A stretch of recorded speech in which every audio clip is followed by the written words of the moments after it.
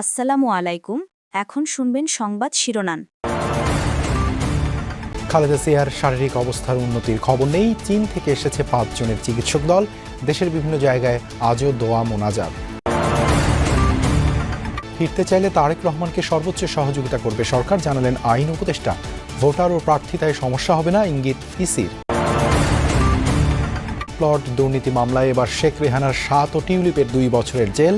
ক্ষমতার অপব্যবহারের দায়ে শেখ হাসিনারও 5 বছরের সশ্রম কারাদণ্ড। প্রশাসনিক কু করার চেষ্টা চলছে। খুলনার সমাবেশে জামায়াতে আমিরের অভিযোগ। অবাধ নির্বাচনের পরিবেশ তৈরি হয়েছে, দাবি বিএনপি মহাসচিবের। সরকারি মাধ্যমিকে শিক্ষকদের কর্মবিরতিতে হয়নি বার্ষিক পরীক্ষা। আন্দোলনে প্রাইমারি শিক্ষকদের একাংশ, ক্ষুব্ধ শিক্ষার্থী অভিভাবক। আসসালামু আলাইকুম। এতক্ষণ দেখছিলেন সংবাদ শিরোনাম, এখন দেখবেন বিস্তারিত। বিএনপি চেয়ারপারসন খালেদা জিয়ার শারীরিক অবস্থার এখনও কোনো উন্নতির খবর পাওয়া যায়নি। বিএনপি নেতা আহমেদ আজম খালেদা জিয়ার শারীরিক অবস্থা খুব ক্রিটিক্যাল বললেও দলের মহাসচিব তা উড়িয়ে দিয়ে বলেছেন বর্তমানে বেগম জিয়ার অবস্থা স্থিতিশীল আছেন চিকিৎসকদের পর্যবেক্ষণে। ডক্টর AZM জাহিদ হোসেন ছাড়া খালেদা জিয়ার চিকিৎসা সংক্রান্ত কোনো তথ্য গ্রহণ না করারও আহ্বান জানিয়েছে বিএনপি। এরই মধ্যে খালেদা জিয়ার চিকিৎসায় 5 সদস্যের চীনা মেডিকেল টিম এখন ঢাকায়। আগামীকাল আসবে চিকিৎসকদের মূল দল। প্রায় 1 সপ্তাহ ধরে রাজধানীর এভারকেয়ার হাসপাতালে ভর্তি বিএনপি চেয়ারপারসন খালেদা জিয়া। দেশি বিদেশি চিকিৎসকদের সমন্বয়ে গঠিত মেডিকেল বোর্ডের নির্দেশনায় সিসিইউতে চলছে তার চিকিৎসা। খালেদা জিয়ার জন্য এদিনও অনেক নেতাকর্মী, সাধারণ মানুষ হাসপাতালের সামনে ভিড় করেন, প্রার্থনা করেন খালেদা জিয়ার দ্রুত আরোগ্যের। আমার মা সবসময় বলতো যে খালেদা জিয়া অনেক ভালো। তারপর আমরা তার যুদ্ধর কথা শুনেছি, অনেক কষ্ট করেছে। এটা একটা আফসোস, কাছে এসেও তাকে দেখতে পাচ্ছি না। না দেখলেই যে দোয়া তাতে লাগবে না তা না, বাইরে থেকে তার জন্য দোয়া করতেছি। বলতে পারবো না যে কতটুকু কষ্ট হয়, কতটুকু হৃদয় বিদারক। আসলে এখানে যে শুয়ে আছে, এখানে কিন্তু খালেদা জিয়া শুয়ে নাই, পুরো বাংলাদেশ শুয়ে আছে। বিএনপি মহাসচিব জানান, খালেদা জিয়াকে সুস্থ করতে মেডিকেল বোর্ড আপ্রাণ চেষ্টা করে যাচ্ছে। তারই অংশ হিসেবে সোমবার চীন থেকে 5 সদস্যের মেডিকেল টিম আসে এভারকেয়ার হাসপাতালে। মঙ্গলবার আসবে চিকিৎসকদের মূল দল। চিকিৎসকরা কাজ করছেন, আপ্রাণ চেষ্টা করছেন। দেশি বিদেশি সমস্ত চিকিৎসকদেরকে যুক্ত রেখেই তারা চিকিৎসাটা করছেন। এবং আল্লাহ তাআলার কাছে আমরা সবসময় গোটা দেশবাসী এই দোয়া করছি যে আল্লাহ তাআলা তাকে যেন সুস্থ করে দেন, তিনি সুস্থ হয়ে আমাদের মাঝে আসেন। বিএনপির ভারপ্রাপ্ত চেয়ারম্যান তারেক রহমান দেশে ফিরতে চাইলে সর্বোচ্চ সহযোগিতা করবে সরকার। আইন উপদেষ্টা ডক্টর আসিফ নজরুল বলেছেন, তারেক রহমানের বাংলাদেশে আসার ব্যাপারে কোনো রকম আইনগত বাধা আছে বলে তার জানা নেই। অন্যদিকে নির্বাচন কমিশন সচিব জানিয়েছেন, তারেক রহমান এখনও ভোটার নন। বিধি মেনে আবেদন করলে ও ইসি তাতে সাড়া দিলে নির্বাচনে অংশ নিতে পারবেন তিনি।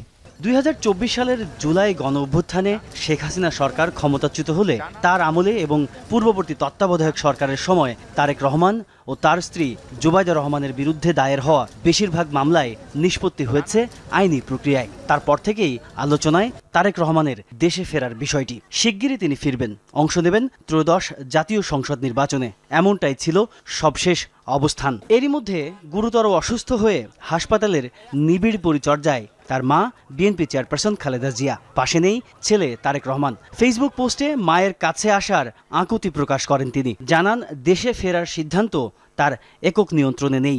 এরপর থেকেই জনমনে প্রশ্ন, তারেক রহমানের ফিরতে বাধাটা কোথায়? আইন উপদেষ্টার কাছে জানতে চাইলে তার উত্তর, তারেক রহমানের ফিরতে আইনি কোনো বাধা নেই, বরং তিনি চাইলে সর্বোচ্চ সহযোগিতা করবে অন্তর্বর্তী সরকার। বিএনপি চেয়ারপারসন খালেদা জিয়ার শারীরিক অবস্থার কোনো উন্নতির খবর পাওয়া যায়নি। এখনও তার চিকিৎসায় নিয়োজিত আছেন 5 সদস্যের চীনা মেডিকেল টিম। এদিকে রাজধানী ঢাকা সহ দেশ জুড়ে সুস্থতা কামনায় দোয়া মাহফিলের আয়োজন করেছেন নেতাকর্মীরা।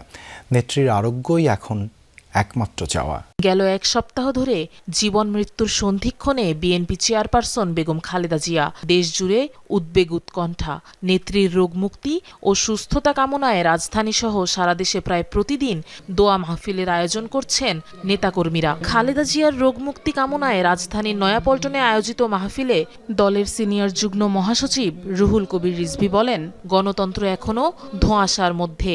দেশবাসী বেগম জিয়াকে কাছে পেলে সংকট কাটিয়ে ওঠা ওঠা সম্ভব বলে মন্তব্য করেন তিনি। এদিকে বাদ জোহর গুলশান আজাদ মসজিদে বিশেষ দোয়া আয়োজন করে আমরা বিএনপি পরিবার। পরে অসহায়দের মাঝে খাবার বিতরণ করা হয়।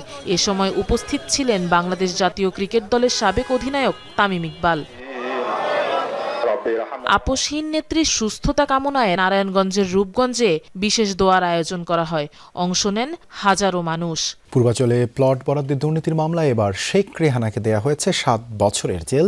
2 বছরের সাজা হয়েছে তার কন্যা ব্রিটিশ এমপি টিউলিপ সিদ্দিকেরও। একই মামলায় ক্ষমতাচ্যুত প্রধানমন্ত্রী শেখ হাসিনাকে 5 বছরের সশ্রম কারাদণ্ড দিয়েছে ঢাকার বিশেষ জজ আদালত 4। 3 জনকেই 1 লাখ টাকা করে অর্থদণ্ড করা হয়েছে। রায়ের পর দুদক আইনজীবীরা বলেন, এই রায় ভবিষ্যৎ রাষ্ট্রপ্রধানদের জন্য বার্তা হয়ে থাকবে। প্রতারণার আশ্রয় নিয়ে রাজুকের প্লট দুর্নীতির মামলায় শেখ হাসিনা, শেখ রেহানার বিরুদ্ধে ঢাকার বিচারিক আদালতে বিচার হচ্ছে এমন একটি সময়ে যখন তারা সপরিবারে পলাতক। সোমবার পূর্বাচলে রাজুকের প্লট দুর্নীতির মামলায় রায় ঘোষণা করেন আদালত। এর আগে হাজির করা হয় মামলার একমাত্র গ্রেফতার আসামি রাজুকের তৎকালীন সদস্য খুরশিদ আলমকে। শেখ হাসিনাকে প্রভাবিত করে শেখ রেহানা প্লট নিয়েছেন তা সাক্ষীদের সাক্ষ্য গ্রহণ, রাজুক, গণপূর্ত ও গণভবনের বিভিন্ন নথিপত্রে প্রমাণ পেয়েছে আদালত। সেই তথ্য উঠে এসেছে গণভবনের 2 কর্মকর্তার স্বীকারোক্তিমূলক জবানবন্দিতে। যখন একজন এসে ম্যাজিস্ট্রেটের কাছে 164 ধারায় জবানবন্দি দেবে, তখন আর এগুলোর প্রয়োজন হয় না, কারণ ওটাই একটা সাক্ষী। পরে প্লট দুর্নীতির মামলায় প্রধান আসামি শেখ রেহানাকে 7 বছরের সশ্রম কারাদণ্ড ও তার মেয়ে ব্রিটিশ এমপি টিউলিপ সিদ্দিককে 2 বছরের সাজা দেন আদালত। আর ক্ষমতার অপব্যবহার করায় 5 বছরের সশ্রম কারাদণ্ড দেওয়া হয় সাবেক প্রধানমন্ত্রী শেখ হাসিনাকে। পাশাপাশি প্রত্যেককে 1 লাখ টাকা করে অর্থদণ্ড ঘোষণা করা হয়। এছাড়া এ মামলায় সাবেক গণপূর্ত প্রতিমন্ত্রী শরীফ আহমেদ সহ গণপূর্ত ও রাজুকের 14 কর্মকর্তাকে 5 বছর করে সাজা দেন আদালত। 5 দফা দাবিতে খুলনায় বিভাগীয় সমাবেশ করেছে বাংলাদেশ জামায়াত ইসলাম সহ 8 দল। সমাবেশে জামায়াতের আমির বলেন, প্রশাসনে কু করার চেষ্টা চলছে। অবাধ, সুষ্ঠু ও গ্রহণযোগ্য নির্বাচনের জন্য লেভেল প্লেয়িং ফিল্ড নিশ্চিত করা, পিআর পদ্ধতি চালু সহ বিভিন্ন দাবি তুলে ধরা হয় সমাবেশে। বক্তারা অভিযোগ করেন, একটি দল ক্ষমতায় না গিয়ে ক্ষমতার দাপট দেখাচ্ছে। খুলনার শিববাড়ি মোড়ে বিভাগীয় সমাবেশের আয়োজন করে ইসলামী ও সমমনা 8 দল। অংশ নেন জামায়াতে ইসলামীর আমির সহ দলগুলোর শীর্ষ নেতারা। সমাবেশে জামায়াতের আমির ডাক্তার শফিকুর রহমান বলেন, দেশে চাঁদাবাজি, দুর্নীতি অব্যাহত রয়েছে। ব্যবসায়ীরা কেউ শান্তিতে নেই। দেশে প্রশাসনিক কু করার চেষ্টা চলছে বলেও মন্তব্য করেন শফিকুর রহমান। চাঁদাবাজি অব্যাহত রয়েছে, দুর্নীতি অব্যাহত রয়েছে। ক্ষমতায় না গিয়ে অনেকে ক্ষমতার দাপট দেখাচ্ছেন, প্রশাসনিক কু করার চেষ্টা করছেন।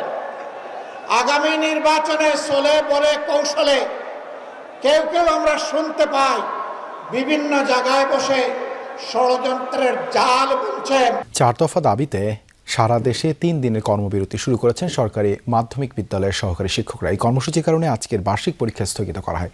চলমান পরীক্ষার মধ্যে শিক্ষকদের কর্মবিরতিতে ক্ষোভ জানিয়েছেন শিক্ষার্থী অভিভাবকরা। 3 দফা দাবিতে কর্মবিরতি কর্মসূচি পালন করছেন সরকারি প্রাথমিকের শিক্ষকদের একাংশ। বছরের শেষ সময় সারা দেশে সরকারি মাধ্যমিক স্কুলগুলোতে চলছে বার্ষিক পরীক্ষা। এরই মধ্যে কর্মবিরতিতে সহকারী শিক্ষকরা। শিক্ষকদের কর্মবিরতির কারণে বাধ্য হয়ে স্থগিত করতে হয়েছে সোমবারের বার্ষিক পরীক্ষা। অনেক বিদ্যালয়ে রোববার রাতেই পরীক্ষা স্থগিতের নোটিশ দেওয়া হয়। আবার কোথাও স্কুলে গিয়ে শিক্ষার্থীরা জানতে পারে হচ্ছে না আজকের পরীক্ষা।